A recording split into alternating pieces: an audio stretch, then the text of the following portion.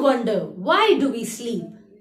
What happens when we sleep? And why do we see dreams while we are sleeping? Welcome back to English class. Today we are going to discuss all about sleeping. And I know most of your hobby is sleeping. We all love to sleep, isn't it? Okay, so can you say what do you mean by the sleep? Can you define what is a sleep? Sleep is a state of rest to our mind, to our body, internally and externally. Sleep is a state of rest to our mind and body internally and externally. That means sleeping is a rest to our body also. That means our internal organs, our external organs. It is a time all the organs are resting at that time while we are sleeping, isn't it? Our body and our mind will recover from extreme tiredness of the activities that we done that day. And sleeping is a state of rest to our whole body and mind. And at that time, at the sleeping time, all the organs are taking rest. And at that time, what will happen to our body, our temperature, what will happen? Do you have any idea? During our sleep, our heartbeat will become slower and our temperature and blood pressure will go down. That means all the organs are resting at that particular time. And my next question, why we are dreaming? Why we are dreaming? We all used to dream while we are sleeping, isn't it? But after our sleep, most of us don't remember what we have dreamed at that sleep. We can't recollect that memories, isn't it? So today we are going to learn new lesson 7, titled as The Wonder Called Sleep. So, in this lesson, we can see a short poem titled as Lights Out. In page number 27 in your textbook, you can see that. So, today let's discuss that poem and in the next class, we can start this lesson. Okay? Alright. So, today we are going to discuss a poem titled as Lights Out. Lights Out, that was written by Edward Thomas. And let us go through each lines. I have come to the borders of sleep, the unfathomable deep. Forests were all must lost their way. However straight or winding, soon or late they cannot choose.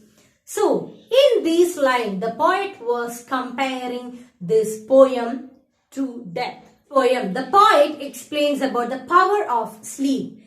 And from the title itself, lights out, no any light. So, and this title also represents the death also. And this poem also giving us a great metaphor that we can discuss later.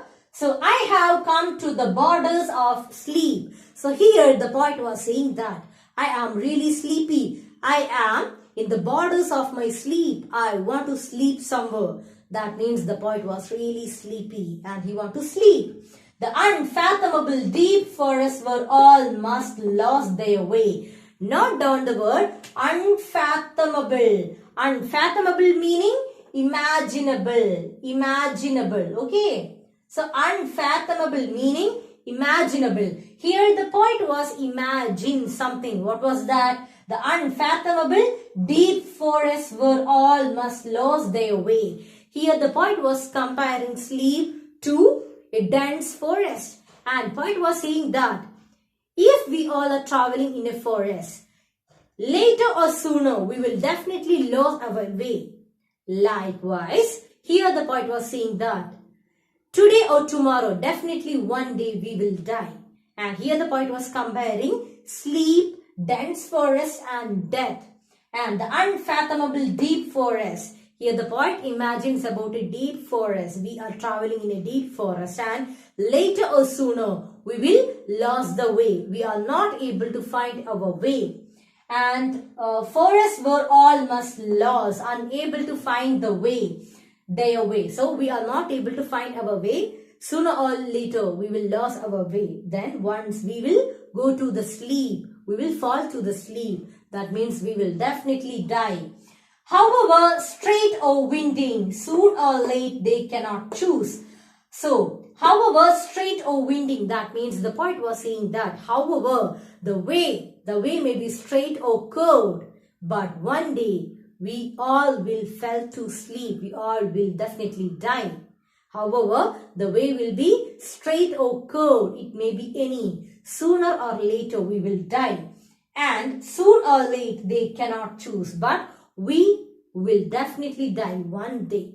Okay, in this first stanza we can see the poet was comparing sleep to deep forest and also represents the death here.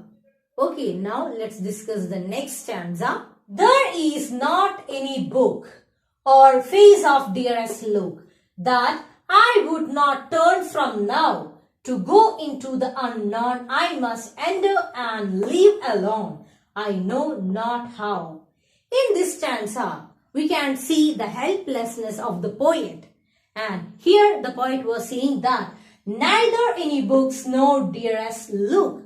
Here the poet was saying that any books or the looks of the dearest one can stop us from falling to the sleep. That means here I already told that this poem tells us about the death, represents death, and the look of our dearest one will stop us from falling to death, and that I would not turn from now to go into the unknown, that I would not turn from now, and we are not able to turn from that sleep, from that death. We are not able to do anything. Actually, we can't do anything. That is the real truth.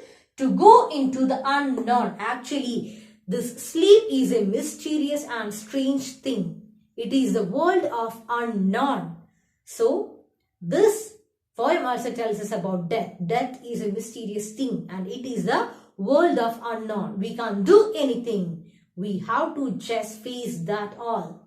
And I must enter and live alone, I know not how. And all the people should fall to sleep without knowing. And we all have to face that alone. No one is there gonna help us in that situation. That means in the situation of our death. So we don't know anything about that. And I know not how. And the poet was saying that I don't know how the experience of the death was. Okay, so this poem basically tells us, represents about the death. And here we can see the metaphor death as compared to sleep. Okay, and this poem was written by Edward Thomas, who was a great English literature writer, lyricist and novelist. Hope this is clear. That's all for today. Thank you.